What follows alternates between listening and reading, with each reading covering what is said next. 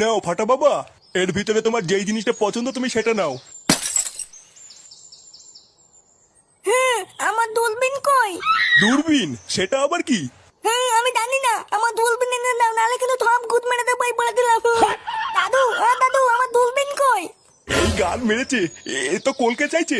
তুমি আমার দূরবীন নিয়ে তো, আমার দূরবীন তো তাড়াতাড়ি, নাহলে কিন্তু গুদ মেরে দেবো বলে দিলাম শান্তির তেলে।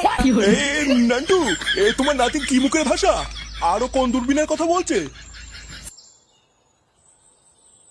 কি হয়েছে নাকি বলা? আমাকে আবার কিসের দরকার? বাবা, ও বাবা, আমার দূরবীন দাও।